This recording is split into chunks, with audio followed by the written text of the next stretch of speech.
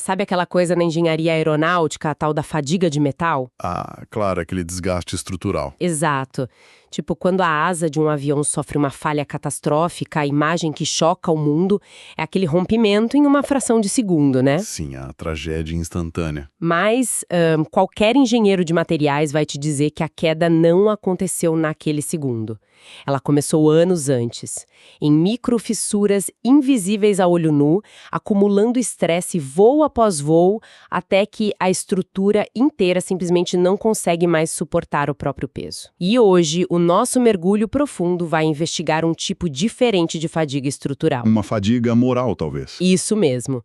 Vamos olhar para uma das histórias mais famosas da antiguidade, a destruição das cidades de Sodoma e Gomorra.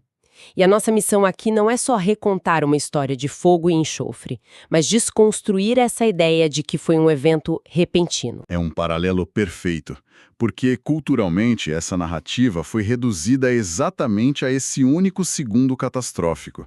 A imagem popular que a gente tem é só uma chuva de fogo caindo do céu, varrendo tudo do mapa sem aviso nenhum. Pois é, a manchete que sobreviveu aos milênios é essa: fogo e destruição instantânea. Mas os materiais de estudo que a gente reuniu hoje, que incluem, tipo, comentários históricos, textos bíblicos antigos e análises teológicas bem densas, eles convidam a gente a pegar um microscópio, sabe? Para procurar as tais microfissuras. Exatamente. E vale fazer um parêntese muito importante logo de cara para quem está acompanhando a gente.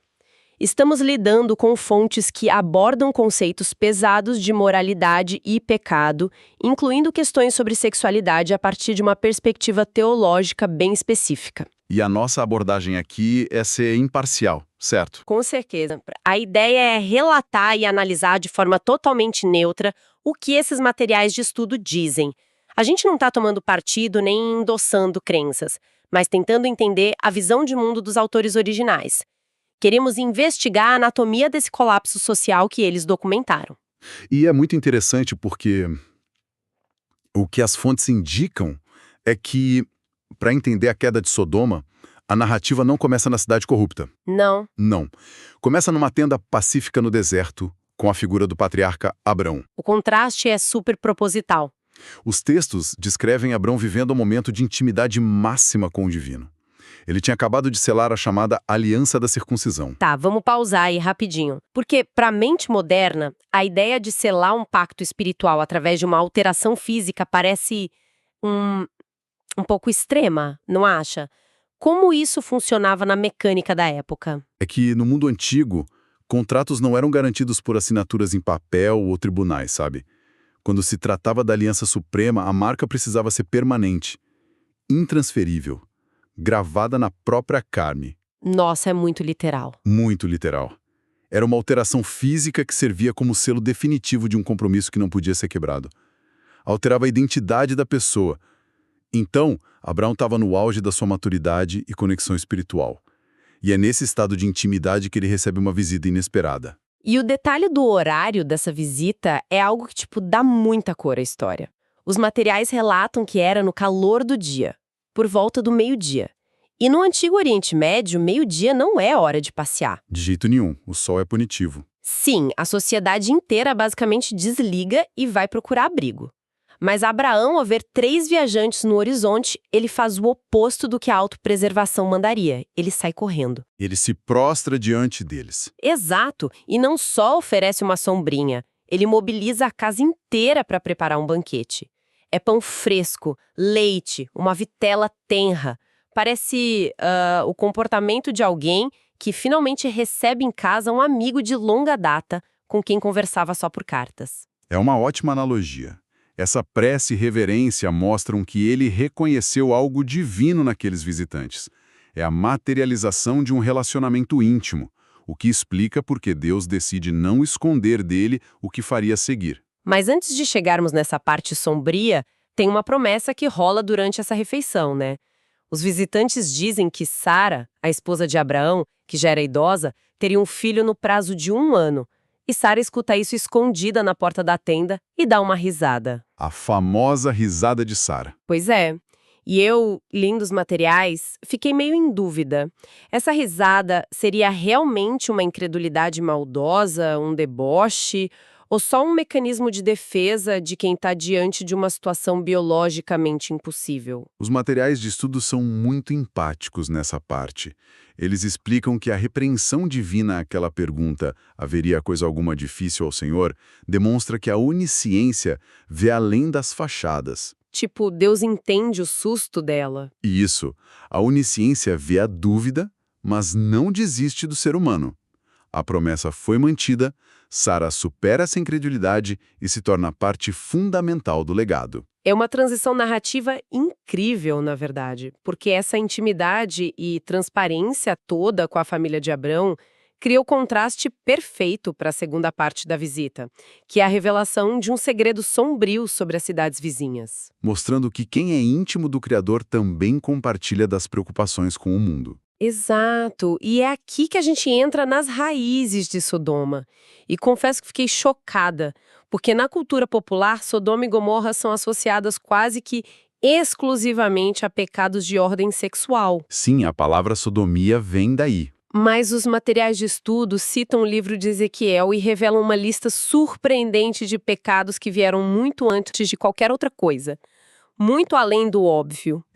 O registro de Ezequiel detalha a verdadeira raiz do problema. E a lista começa com a soberba. O pecado original clássico. Isso.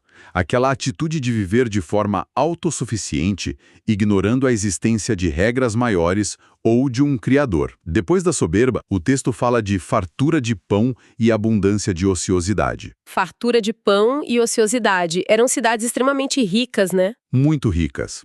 Ficavam em planícies super férteis. Então havia uma elite ociosa e muito materialista. Mas espera, isso soa incrivelmente familiar. A fartura de pão misturada com ociosidade soa exatamente como a armadilha de certas sociedades modernas. Sem dúvida. Tipo, o excesso de conforto gera um tédio profundo. E aí, segundo as fontes, o próximo passo foi a opressão e a falta de empatia. A riqueza não era dividida. O pobre e o necessitado eram deliberadamente ignorados. E esse é o ponto central. Os materiais indicam que as práticas antinaturais e a maldade generalizada que a cultura pop tanto foca foram só o estágio terminal de mentes já corrompidas por essa falta de empatia. O sintoma extremo de uma sociedade que já estava apodrecida por dentro. Exatamente. Eles não apenas faziam o mal, eles estimulavam a prática. Eles celebravam a impunidade. O exemplo clássico é a tentativa da multidão de abusar dos visitantes na casa de Ló. Eles queriam fazer isso em praça pública. É um horror absoluto. E sabendo esse nível de crueldade que reinava nessas cidades, a reação natural de qualquer pessoa hoje seria desejar a destruição delas. Tipo, passem o trator. Mas não é a reação de Abraão. Não. A reação de Abraão ao ouvir o plano divino nos leva a uma das negociações mais fascinantes da história antiga. Ele se coloca diante do juízo e começa a barganhar pelas cidades. Ele questiona se o justo destruiria o inocente junto com o culpado. E vai diminuindo o número de justos necessários para poupar a cidade.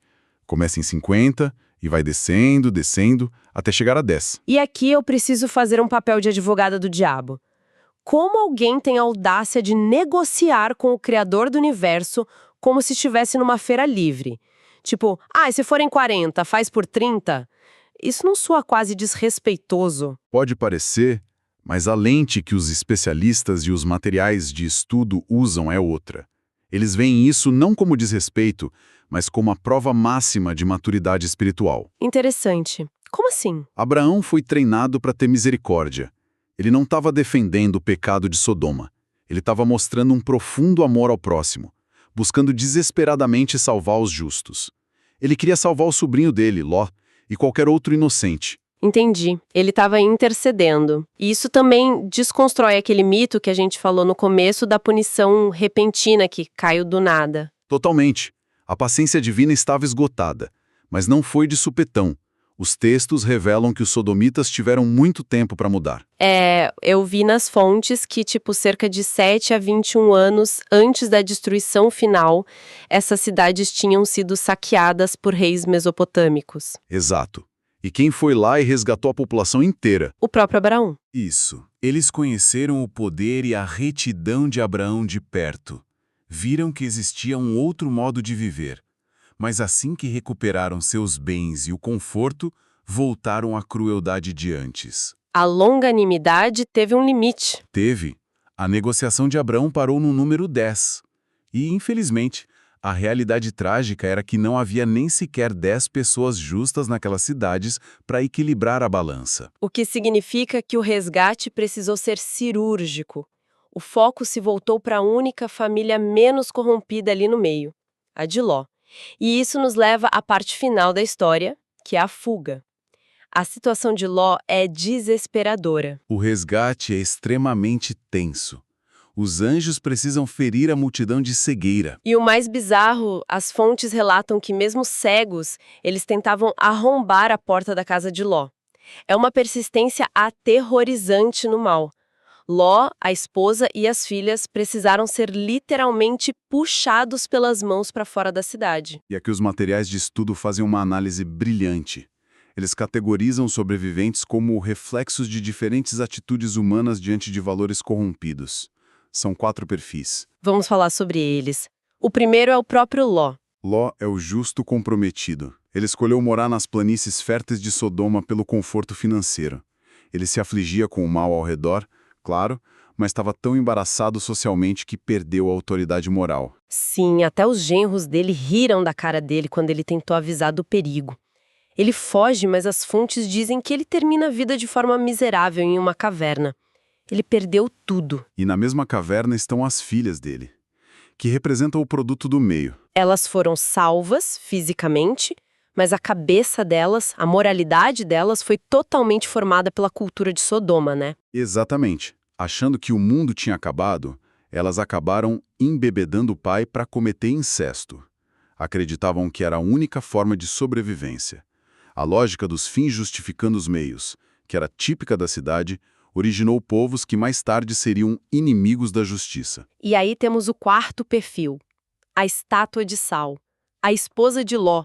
Uma figura tão trágica que não teve nenhum nome registrado nas fontes. É triste demais. Ela é tirada fisicamente da cidade, mas o coração dela fica para trás.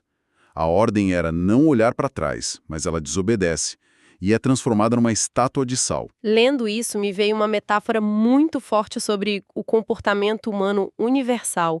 A estátua de sal é a metáfora perfeita para paralisia. Como assim? Sabe quando alguém é tirado de uma situação super tóxica, mas se recusa mentalmente a soltar o passado? Essa pessoa perde a vida útil, perde o sabor, torna-se rígida e incapaz de avançar. É o corpo salvo, mas a mente presa nos destroços. Nossa, isso é muito profundo. E os textos antigos usam o sal de uma forma bem irônica nesse contexto. Irônica. Sim. Existe aquele conceito milenar de ser o sal da terra, sabe? A pessoa que preserva o ambiente e dá um sabor de bondade ao mundo. Ah, claro. Em vez de ser esse sal que preserva, ela virou um monumento sem vida de desobediência e apego ao materialismo. Ela não preservou a vida. Ela foi paralisada pela morte. Que imagem forte!